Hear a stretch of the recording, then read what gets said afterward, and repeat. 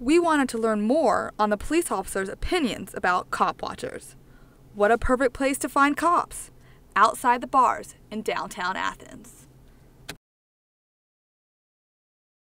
So we're in downtown Athens and we're checking out this cop right behind me back there. We're just gonna watch what he's doing and see what he's up to tonight.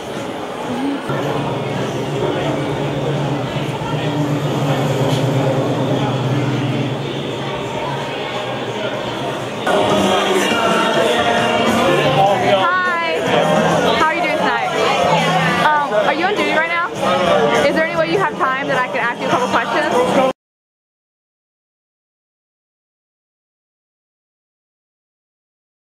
We kind of wanted to see if you had any opinions on it.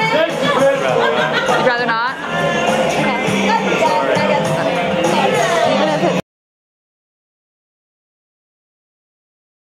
We're in downtown Athens on a Thursday night around 10 o'clock.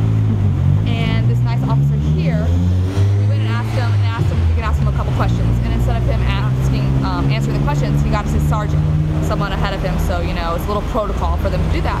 Because like he was just telling us, sometimes, you know, he's been interviewed and been on TV with ABC, A&E a couple times.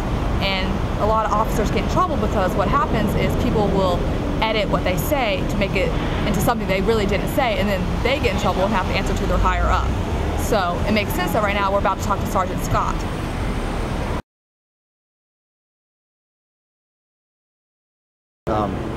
We get it quite often down here. I don't really mind it as long as they're not getting in our way. If we're doing a lawful arrest or dealing with somebody, as long as they're not interrupting our investigation, I don't really have a problem with it. We've got cameras down here filming us all the time anyway. Yep, you heard him. There are cameras on College and Clayton, Broad and Jackson, and all around downtown Athens watching us.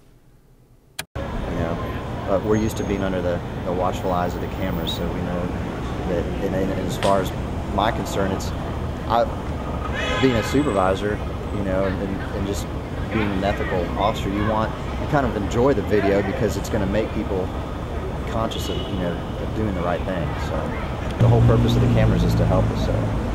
So if you use it to your advantage, then it's great. Usually, if we just tell them, say, look, we don't mind you doing that, just back off, like get out of the street or whatever. People usually comply. They don't, you know, they're not trying to get in our way. They may just, you know, some people see it as like a spectator sport, I guess, and they're trying. As you mentioned, there might be groups out there that do that. I think a lot of people just like being in the middle of stuff. I don't, you know, sometimes they think the people we're arresting are funny, or, you know, the situation's funny, and some of them may be trying to catch us doing something.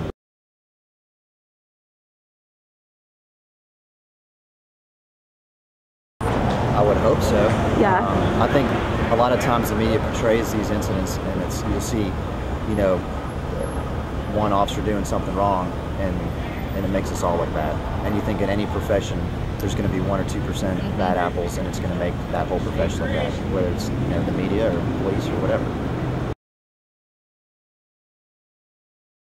So I think when at first, like the YouTubes and all that stuff first are coming out, and we would get, you know, people saying, you know, we'd comment saying, hey, I'm videoing this, and I think at first it kind of was like, it was new and it was different, but we've been using video cameras in our cars for a long time, and some of our guys actually carry personal video cameras just to document the situation that they're out with.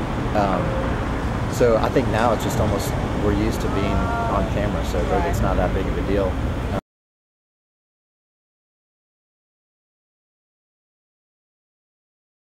The whole purpose of the cameras is to help us, so if you use it to your advantage, then it's great.